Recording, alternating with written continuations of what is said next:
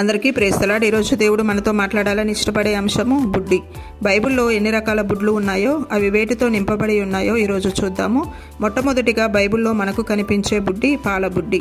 ఇది న్యాయాధిపతులు 4:19 మనకు కనబడుతుంది. ఆమె గొంగలితో అతని కప్పగా అతడు దప్పిగొని ఉన్నాను, దయచేసి దాహమునకు కొంచెం నీళ్ళిమ్మని ఆమెను అడిగాను. ఆమె ఒక పాల బుడ్డి విప్పి అతనికి దాహమిచ్చి అతని కప్పుచుండగా, ఈ వచనంలో యాయేలు అనే స్త్రీ శత్రువైన సిసెరాను తన గుడారంలోనికి పిలిచి దాహమునకు పాలిచ్చి సిసెరా నిద్రించినప్పుడు అతనిని చంపెను. ఈ పాలు క్రొత్త నిబంధనలో చూస్తే పౌలు చెప్పినట్టు 1 పేతురు పత్రిక 2:3 ప్రకారం క్రొత్తగా జన్మించిన శిశువులను పోలిన వారై నిర్మలమైన వాక్యమును పాల వలన రక్షణలో విషయంలో ఎదుగు నిమిత్తము ఆ పాలను అపేక్షించుడి. ఈ వచనం ప్రకారం పాలు వాక్యానికి సాదృశ్యంగా ఉన్నాయి. వాక్యమనే పాలను మనము అపేక్షించినప్పుడు మనము రక్షణలో ఎదుగుతాము.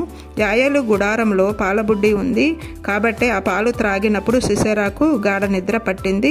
శత్రువును యాయేలు చంపగలిగింది. మనము కూడా మన విరోధి అయిన శత్రువును అనగా సాతానును మన గుడారములలో ఉండకుండా చంపివేయాలంటే, శత్రు కార్యములు శత్రువు యొక్క ఆలోచనలు మన గుడారాలలో ఉండకుండా చేయాలంటే, రక్షణలో మనం దేవుడు ఊహించిన స్థాయికి ఎదగాలంటే ఈ పాలబుడ్డి అనగా వాక్యము మనకు ఎంతో అవసరం. ఎఫెసీ పత్రిక 6:17 ప్రకారం వాక్యమును ఆత్మ ఖడ్గమును ధరించుకొనుడి. ఈ వాక్యమనే ఆత్మ ఖడ్గమును మనం కూడా ధరించుకొని శత్రువుపై విజయాన్ని సాధిద్దాం, రక్షణలో ఎదుగుదాం. ప్రభు చిత్తమైతే ఇంకొక బుడ్డి దేనితో నింపబడి ఉందో, అది మనకు దేనికి సాదృశ్యంగా ఉందో నెక్స్ట్ వీడియోలో చూద్దాం.